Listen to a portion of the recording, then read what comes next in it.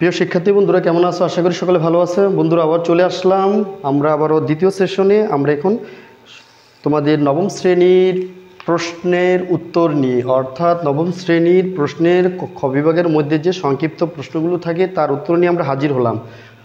খ বিভাগ। তাহলে এখানে আমাদের কিছু প্রশ্ন, আমাদের যে প্রশ্নগুলো দেওয়া হয়েছে অর্থাৎ বোর্ড থেকে যে নমুনা কোশ্চেন দেওয়া হয়েছে তার একটা সলিউশন নিয়ে আমরা হাজির হলাম। চলো প্রিয় শিক্ষার্থী বন্ধুরা আমরা সলিউশনগুলো কীভাবে করতে একটু দেখি। ক নম্বর একটা প্রশ্ন দেওয়া হয়েছে। দেওয়া হয়েছে 1/4 প্লাস 1/2 প্লাস 1 প্লাস 2 প্লাস এভাবে ধারাটির 10তম পদ নির্ণয় করো। ধারাটির কততম পদ নির্ণয় করো? 10তম পদ। কয়তম পদ?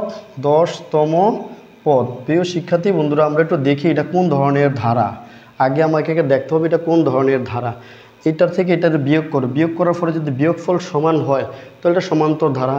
আর যদি ভাগ করার পরে যদি ভাগফল সমান হয় তাহলে এটা কোন ধারা। তাহলে আমরা একটু দেখি, অর্থাৎ প্রথম পদ কত? a = কত? 1/4। আর সাধারণ অন্তর যদি দেখি, যদি d = কত হবে? 1/2 বিয়োগ 1/4, তাহলে লসাগু কত হয়? 4। তাহলে 2 বিয়োগ 1 = 1/4। পরেরটা এটার সাথে এটা যদি বিয়োগ করার পরে যদি বিয়োগফল যদি আরেকবার দেখি, যদি d = কত হয়? 1 বিয়োগ 1/2, তার মানে মিলতেছে না। 2 বিয়োগ 1 = 1/2, তার মিলতেছে না। তাহলে এটাকে সমান্তর দ্বারা আমরা বলতে পারি না। তাহলে আমরা কিভাবে করব? তাহলে আমরা এটা গুণোত্তর দ্বারা হিসেবে চিহ্নিত করব। চলো আমরা বন্ধুরা দেখি গুণোত্তর দ্বারা। এই প্রথম পদ তো আমাদের ঠিক আছে 1/4, সাধারণ অনুপাত যদি নেই 1/2 ভাগ 1/4, তাহলে কত? 1/2 গুণ 4/1, কাটাকাটি করলে হইতেছে 2, তাহলে হচ্ছে কত? 2। চলো বন্ধুরা আরেকটা পদ নিয়ে দেখি আমরা আবার যদি নিয়ে দেখি এইটা ভাগ এটা, সাধারণ অনুপাত r = কত? 1 ভাগ কত? 1/2, উল্টায় দিলে 1 গুণ 2/1 = 2, তার মানে পদটা মিলতেছে। তাহলে আমাদের এখানে কি? গুণোত্তর ধারা। প্রিয় শিক্ষার্থী বন্ধু আমাদের গুণোত্তর ধারা। তো গুণোত্তর ধারার আমরা nতম পদ যে সূত্রটা জানি সেই সূত্রটা আমাদের কী ছিল? চলো বন্ধুরা আমরা দেখি। nতম পদ কোন পদ? nতম পদ সূত্র ছিল a r⁴n-1। তাহলে আমাদের সুতরাং কত পদ বলেছে? প্রশ্নতে বলেছে 10তম পদ। চলো আমরা 10তম পদ। তাহলে a r⁻10-1 a r⁻9 এর মান তাহলে কত হচ্ছে আমাদের? 1/4 ইন্টু আর এর মান কত হচ্ছে? 2^9, তাহলে কত যাচ্ছে? তাহলে এখানে আমাদের 1/2² ইন্টু 9, 2 কত? 9, তাহলে কাটাকাটি করলে 2টা থেকে যায় 2^7। তাহলে আমাদের 10তম পদটা হয়ে যাচ্ছে কত? 2^7। এই 2^7 ভেঙে দিলে সম্ভবত 256 না কত আসবে? একটা মান আসবে তো 128। প্রিয় শিক্ষার্থী বন্ধুরা আমরা তো তাহলে ক নম্বরে এভাবে অঙ্কটা করলে আমাদের 2 মার্ক দিয়ে দিবে। চলো বন্ধুরা আমরা এবার খ নম্বর নিয়ে একটু দেখি। খ নম্বর প্রশ্নটা কি বলা হয়েছে? খ নম্বর log x 81 = -4 হলে x = y। প্রিয় শিক্ষার্থী বন্ধুরা আমরা যদি দেখি log 81 হলে, চলো বন্ধুরা আমরা কীভাবে এটা করবো একটু দেখি। আমরা জানি লগের বেস পাওয়ার থাকলে এখানে এই পাওয়ারটা এখানে চলে আসে, x⁴ -4 = 1/81 বা 1/x⁴ = 1/81 বা x⁴ কত? 8 x² কত? 9²। তাহলে x² কত? 9, x কত? √9, তাহলে তো 3। তাহলে x এর মান আমাদের কত বেরিয়েছে? 3। x এর মান আমাদের কত? 3। প্রিয় শিক্ষার্থী বন্ধুরা আমরা এভাবেও করতে পারি। চলো বন্ধুরা আরেকটা অঙ্ক দেখি। গ নম্বরে কি বলছে? গ নম্বরে গিয়ে বলছে 4 + 12 + 36 +... প্রথম 12টি পদের সমষ্টি নির্ণয় করো। কয়টা পদের সমষ্টি? 12টা পদে। তাহলে আমাদের ফার্স্টে চিনতে হবে এটা কোন ধরনের ধারা। প্রিয় শিক্ষার্থী বন্ধুরা আমাদের ফার্স্টে এটা চিনতে হবে কি এটা কোন ধরনের ধারা। প্রিয় শিক্ষার্থী বন্ধু, চলো আমরা দেখি এটা কোন ধরনের দ্বারা। তো প্রথম পদ a ইকুয়াল দেওয়া আছে কত 4, সাধারণ অনুপাত ইকুয়াল কত 12/4 ইকুয়াল কত 3 4 12 3। তাহলে আমাদের এখানে অনুপাতের মানটা কত 1-এর চেয়ে বড় হয়েছে। তাহলে আমাদের 12টি পদের সমষ্টি নির্ণয় করতে হবে। তাহলে SN সূত্রটা কি ছিল? SN সূত্রটা ছিল a r⁻1/r−1। সুতরাং S12 সূত্র ছিল এর মান যদি 4 বসাই, আর এর মান যদি 3 বসাই, 12 - 1/3 - 1 ইকুয়াল টু, এটা যদি বিয়োগ করি 4, 3 টু দি পাওয়ার 12 - 1, এখানে আছে 2, 2 দোকানে 4, তাহলে 2, 3 টু দি পাওয়ার 12 - 1। তাহলে এই মানটা হবে কি আমাদের 12তম পদের সমষ্টি, 12তম পদের সমষ্টি। প্রিয় শিক্ষার্থী বন্ধুরা, আমরা গ নম্বর পার্টও অ্যান্সার করে দিলাম। আমরা একটু এবার দেখব আমরা তার পরবর্তী পার্ট ঘ, পরবর্তী পার্টের অ্যান্সার আমরা কীভাবে করতে হয়। প্রিয় শিক্ষার্থী বন্ধু, আমরা চলো দেখি ঘ নম্বরের পরবর্তী পার্টের অ্যান্সার আমরা কীভাবে করতে হয় একটু দেখি। আচ্ছা, এর পরবর্তী আমাদের ঘ নম্বরে কী বলা হয়েছে একটু দেখি। আমরা বলছি 2x + y = 5 আর x + y দুটি সরলরেখার ছেদবিন্দু স্থানাঙ্ক নির্ণয় করো। এটা একটা সরলরেখা, আর একটা রেখা দিচ্ছে কত x + y = কত 3। এই দুইটা সরলরেখা দিয়ে দিছে। এখন বলছি সরলরেখা দুটি ছেদবিন্দুর স্থানাঙ্ক নির্ণয় করে। ছেদবিন্দু মানে অর্থাৎ দুইটা রেখার এক্সের মান আর ওয়াইয়ের মান বের করে ছেদবিন্দুর স্থানাঙ্ক নির্ণয় করে। একবারে সহজ একটা, দুইটি রেখাই কোন বিন্দুতে গিয়ে ছেদ করে তার স্থানাঙ্ক আমরা বের করতে বলা হয়েছে। তাহলে আমরা যদি এটাকে সমাধান করে দিই তাহলে তো ছেদবিন্দুর স্থানাঙ্ক চলে আসবে। আমরা যদি দুইটা ইকুয়েশনকে যদি নর্মাল নিয়মে যদি বিয়োগ করে দিই প্রিয় শিক্ষার্থী বন্ধুরা, তাহলে বলতে আমাদের ওয়াই কাটা যায়। তাহলে এক্সের মান সমান কত থাকে 2 থাকে, এক্সের মান কত থাকে 2 থাকে। সুতরাং x + y = কত 3, এক্সের মান কত 2, 2 + y = কত 3, y = কত 1। তাহলে পক্ষান্তর 2 যদি পক্ষান্তর করে দিই y এর মান 1 চলে আসে। তাহলে ছেদবিন্দুর স্থানাঙ্ক x, y, এক্সের মান হচ্ছে 2, y এর মান 1। তাহলে ছেদবিন্দুর স্থানাঙ্ক x এর মান 2, y এর মান কি 1। প্রিয় শিক্ষার্থী বন্ধুরা, আমরা কি বুঝতে পারতেছি? এবার যদি আমরা যদি যদি তাকাই, একটু যদি আমরা তাকাই তাহলে আমরা আরেকটু মজার কিছু জিনিস লক্ষ্য করতে পারবো। প্রিয় শিক্ষার্থী বন্ধুরা, গ নম্বর একটা চমৎকার একটা অঙ্ক বলা হয়েছে যে ত্রিভুজ ABC এর এ কোণ দেওয়া আছে 30 ডিগ্রি, বি কোণ দেওয়া আছে 90 ডিগ্রি, আর এবি বাহুর দৈর্ঘ্য দেওয়া আছে 7। তাহলে বিসি বাহুর দৈর্ঘ্য কত? তাহলে আমরা ফার্স্টে চিত্রটা এভাবে অঙ্কন করব। অঙ্কন করার পরে বি কোণটা 90, তাহলে এটা বি কোণ, ঠিক আছে। এ কোণ যদি 30 হয় তাহলে আমরা এটা এ কোণ ধরে নিব, এ কোণ ধরবো এটা 30, এটা যদি 30 ডিগ্রি হয় তাহলে এখানে কত হচ্ছে আমাদের এবি বাহুর দৈর্ঘ্য দেওয়া আছে কত, এবি বাহুর দৈর্ঘ্য 7 দেওয়া আছে। তাহলে আমাদের কইছে বিসি দূরি, তাহলে আমাদের কইছে বিসি বাহুর দৈর্ঘ্য কত। তাহলে এটার সাথে এটার সম্পর্ক কোণ দিয়া 10 30 ডিগ্রি, কারণ এটার সাথে এটার সম্পর্ক নিব। তাহলে এটাকে তো লম্ব, এটা ভূমি, তাহলে 10 30 ডিগ্রির মান কত হইতেছে বিসি লম্ব আর এবি ভূমি। 10 30 ডিগ্রির মান 1/√3, কত 1/√3। বিসির মান কত? বিসির মান তো আমাদের জানা নাই, বিসির মানটা আবার বের করতে হবে। আর এবি মান 7, তাহলে কত হচ্ছে বিসি = কত 7√3, 7। তাহলে বিসির মান হচ্ছে কত 7√3। খুব সহজভাবে আমরা নির্ণয় করে ফেললাম। এর পরবর্তী প্রিয় শিক্ষার্থী বন্ধুরা, আমরা যদি যদি দিকে যদি তাকাই তাহলে আমরা একটি মজার কিছু জিনিস দেখতে পাবো। চলো কিভাবে আমরা দেখি। 4 নম্বরে বলা হয়েছে উন্নতি কোণ আর অবনতি কোণ কাকে বলে। উন্নতি কোণ আর অবনতি কোণ, এই একটা প্লেনের সরল রেখা, এটাকে বলা হয় কি এক সরল রেখা। এটা যদি এটাকে মূল বিন্দু 0, এটা x অক্ষ, এটা y অক্ষ, এটা y', এটা z অক্ষ বা x'। এখন এই মূল x অক্ষর উপর এটা বলা হয় শয়ন রেখা, এটার নাম শয়ন রেখা, এটার নাম ভূরেখা, এটার নাম অনুভূমিক রেখা, এটার নাম কি অনুভূমিক রেখা। এখন শয়ন রেখার উপরে যদি যেই ধরনের কোণগুলো উৎপন্ন হয় সেটাকে বলা হয় উন্নতি কোণ। কি কোণ? উন্নতি কোণ। আর শয়ন রেখার নিচে উন্নতি কোণ। শয়নরেখার নিচে যে ধরনের কোণগুলো উৎপন্ন হয় সেটাকে বলা হয় অবনতি কোণ। কী কোণ? অবনতি কোণ।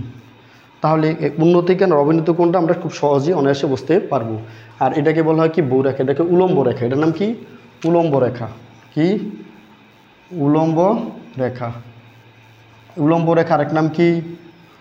লম্ব রেখা। লম্ব রেখা।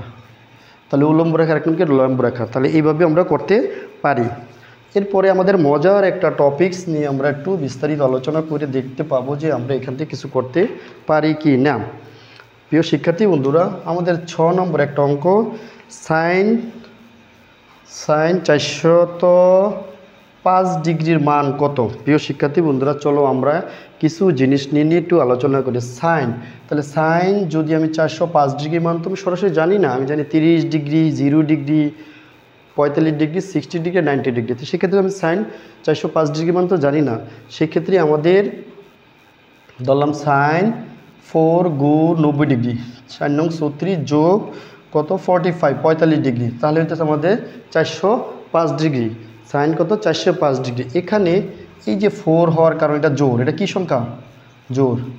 আমাদের সূত্রই ছিল সাইন যদি জোর হয় তাহলে যা আছে তাই হবে, তাহলে সাইনের জায়গায় হবে সাইন 30 ডিগ্রি। চলো প্রিয় শিক্ষার্থী আমরা বলবো গুণ একটু, এটা হচ্ছে কি 1 2 3 4 প্লাস থিটা, তার মানে কি সাইন 30 ডিগ্রির মান কত? সাইন 30 ডিগ্রির মান কত? হাফ। সাইন 30 ডিগ্রির মান কত? হাফ। তাহলে সাইন 405 ডিগ্রির মান কত? হাফ। সাইন 405 ডিগ্রির মান কত? হাফ। এর পরবর্তী স্টেপে আমরা একটু জিনিস যদি লক্ষ্য করি তাহলে আমরা আরেকটু মজার কিছু জিনিস আমরা দেখতে পাবো, যেখানে নাকি কোনো খুব সহজে অনায়াসে আমরা যে কোনো মানই বের করতে পারি। চলো আমরা একটু দেখি। জ নম্বর, এখানে আছে 40 ডিগ্রি। 40 ডিগ্রিকে রেডিয়ানে প্রকাশ করো। 40 ডিগ্রিকে রেডিয়ানে প্রকাশ। আমরা জানি 1 ডিগ্রি সমান, আমরা জানি 40 ডিগ্রি কি রেডিয়ানে, কি নিব আমরা? রেডিয়ানে প্রকাশ। আমরা জানি 1 ডিগ্রি সমান পাই/180 রেডিয়ান। পাই/, কত? 180 রেডিয়ান। তাহলে এখানে কত ডিগ্রি আছে? 40 ডিগ্রি। তাহলে 40 ডিগ্রি মানে কত? 40 পাই, 40 পাই/100 কত? 180। এটা কাটা যায়, দুইটা কাটলে 9, তাহলে 2 পাই/ কত? 9, 2 পাই/9, তাহলে রেডিয়ানে প্রকাশ করা হলো। এর পরবর্তী আমরা একটু যদি তাকাই, যদি একটা ধারা দিয়ে দিছে, একটা কি দিয়েছে? সিম্পল একটা ধারা দিয়েছে। ধারাকে আমরা কিসে নিব? ধারাকে আমরা অর্থাৎ তম পদে নিব, অর্থাৎ জ নম্বর একটা সিম্পল একটা ধারা দিছে। চলো দেখি। 8 + 6 + 4 + 2 + ডট ডট ডট, তার 20তম পদ কত? 20তম পদ। প্রিয় শিক্ষার্থী বন্ধুরা, মজার একটা বিষয়, খুব মজার একটা বিষয়। এখানে দেখো এটার থেকে পদগুলো 2 2 করে কমতেছে। তাহলে আমাদের প্রথম পদ কত ছিল? প্রথম পদ কত? 8। সাধারণ অন্তর্গত 6 - 8 = -2। তাহলে আমাদের nতম পদের সূত্র কি? nতম পদ সূত্র হচ্ছে a + n - 1 × d। সুতরাং 20তম পদ a + 20 - 1 × d, তাহলে a + 19d। এর মানে হচ্ছে 8 + 19 গুণ d এর মানে হচ্ছে -2। 8 প্লাস মানে হচ্ছে মাইনাস, 19 × 38 থাকে কত? তাহলে 30, তাহলে মাইনাস কত? 30। তাহলে 20তম পদের মান কত যাচ্ছে? -30। প্রিয় শিক্ষার্থী বন্ধুরা, যদি লক্ষ্য করলে দেখা যাবে যে এখান থেকে এক এক করে পদ, আপনি 2 2 করে পদ কমতেছে, মানে এখানে 2 যাওয়ার পরে তারপরে 0 পদ, তারপর -2, এবার -4, -8, -10 এভাবে যাবে। অর্থাৎ আমাদের 20তম পদের মান হবে কত? -30। কত মান হবে? -30। এরপরে আমাদের ইয় নম্বর একটা চমৎকার একটা জিনিস দিয়ে দিছে, অর্থাৎ ইয় নম্বর। কি নম্বর? ইয় নম্বরে এটা বলেছে গড় ব্যবধান ও পরিমিত ব্যবধান বলতে কি বোঝা? আচ্ছা, গড় ব্যবধানটা আসলে কি? গড় ব্যবধানটা আমরা কী করি?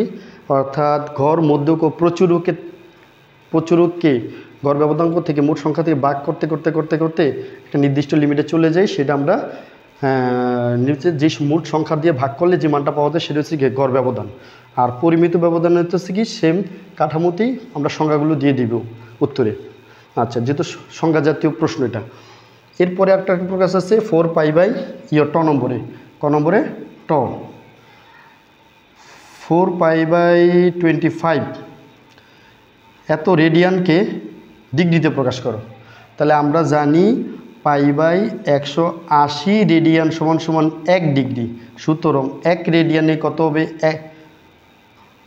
180/π। সুতরাং 4π/ কত 25 রেডিয়ানে কত হবে? 180/π গুণ 4π/ কত 25।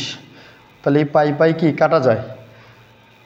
তো 5 দাগা 5 পাঁচা 25, 5 দা কাটলে 3 পাঁচা 15, 16, 17, 18, 5 6 30, 5 6 4 নং কত 5 6 30। তাহলে 4 দা যদি এটা গুণকে 4 6 24, 4 3 3 4 12, 13 14, 14/π। তাহলে আমাদের কাছে কত? অর্থাৎ এত কি ডিগ্রি, এত ডিগ্রি ভাগ করার পরে যে মানটা পাবে সেটি হচ্ছে এত ডিগ্রি। আমাদের এটা চলে আসবে সরাসরি এত ডিগ্রিতে রূপান্তর করে চলে আসবে। এরপরে আমাদের দেখা যাবে কি দুইটি প্রতিস্থাপনের দুটো মজার একটা টিপস দিচ্ছে, যে আমরা এর আগে অনেক অঙ্কগুলো করেছি, এইটা তো অঙ্ক আমরা করেছি। প্রতিস্থাপন নিয়মের সমাধান করো। 6 নম্বর দিচ্ছে কি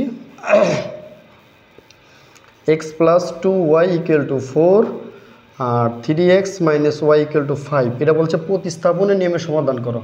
তাহলে আমরা যদি এখান থেকে নর্মাল যদি 1 নম্বর থেকে যদি নেই x = 4 - 2y, 2 নম্বরে যদি বসায় দিই 3 × 4 - 2y = 5, তো 3 4 12 বিয়োগ 6y = 5। তাহলে 12 থেকে 6 বাদ দিলে 6y, 5 বাদ দাও, 7 = কত 6y। তাহলে y = কত 7/6, y = কত 7/6। তাহলে এখানে কত আবার একটু আমরা যদি দেখি, আমরা এখানে মানটা নিয়ে বসাই দিলাম, অর্থাৎ এখানে আমরা x এর মানটা পাইলাম 4 - 2y, এই মানটা আমরা এখানে বসাই দিলাম। তাহলে 3 4 12, 3 2 6 এটা পক্ষান্তর করলাম, এটাই পাশে নিলাম। 12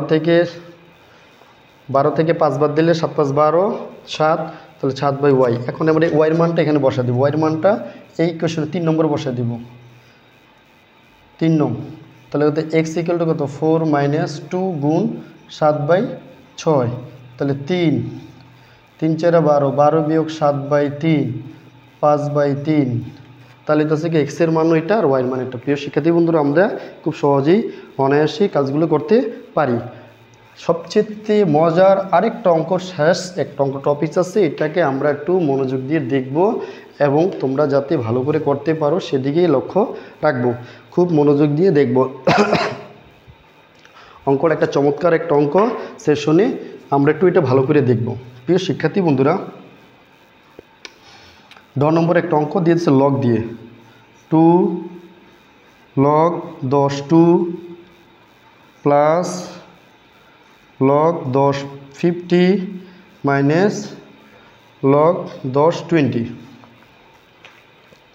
আমরা যদি এই অঙ্কটার দিকে যদি তাকাই তাহলে আমরা কিছু প্রতিচ্ছবি, কিছু মজার কিছু টিপস দেখতে পাবো। চলো প্রিয় শিক্ষার্থী বন্ধুরা, আমরা যদি একটু যদি দেখি তাহলে কীভাবে কাজগুলো করা যায় সেদিকে আমরা লক্ষ্য রাখি। তাহলে আমরা 2 যদি হয় তাহলে log কত log 10 2 স্কোয়ার প্লাস log কত 15 বিয়োগ log 20। গুণ থাকলে কী হয়? যোগ হয়। তাহলে আমরা এখান থেকে আমরা যোগ করে নিতে পারি log 20 4 গুণন 50, আর বিয়োগ থাকলে কী হয়? ভাগ হয়। আমরা এটা রেখে দিলাম log 10 20। এর পরবর্তী কাজে আমরা কি করলাম? log 10 200 নিচে লেগে গেলাম কত 20। এরপরতে ভাগ করলে এটা কাটা যায় 10 দোকানে 20 10। তাহলে log কত 10 10 = কত 1। অর্থাৎ তাহলে log 10 10 এর মান কত হয়? 1। খুব অনায়াসে log 10 10 এর মান 1 একবার ইজিতে চলে আসে। তাহলে প্রিয় শিক্ষার্থী বন্ধুরা, আমরা যেভাবে করলাম কাজটা, যেভাবে বুঝলাম সেভাবে কি একবারে সহজেই অনায়াসেই খুব সহজে এবং অনায়াসে খুব log 10 ভিত্তিক কাজটা করা যায়। দেখো কত সুন্দর করে আমরা ফার্স্টে যে কাজটা করলাম সেই কাজটার মধ্যে কি করলাম? একটা গুণ থাকলে কি হয়? যোগ হয়। গুণ থাকলে কি হয়? যোগ হয়। আর বিয়োগ থাকলে কি হয়? ভাগ হয়। বিয়োগ থাকলে কি হয়? ভাগ হয়। আমরা এই কাজটি করলাম, এখান থেকে কমন নিয়ে নিলাম, লগের মান কত বের এলো 1 চলে এলো। প্রিয় শিক্ষার্থী বন্ধুরা, আজ আমরা প্রশ্নের অর্থাৎ নবম শ্রেণীর তোমাদের প্রশ্নের অর্থাৎ যেটা নমুনা কোশ্চেনের অর্থাৎ সংক্ষিপ্ত প্রশ্ন সলিউশন করে দিলাম। ধন্যবাদ সবাইকে।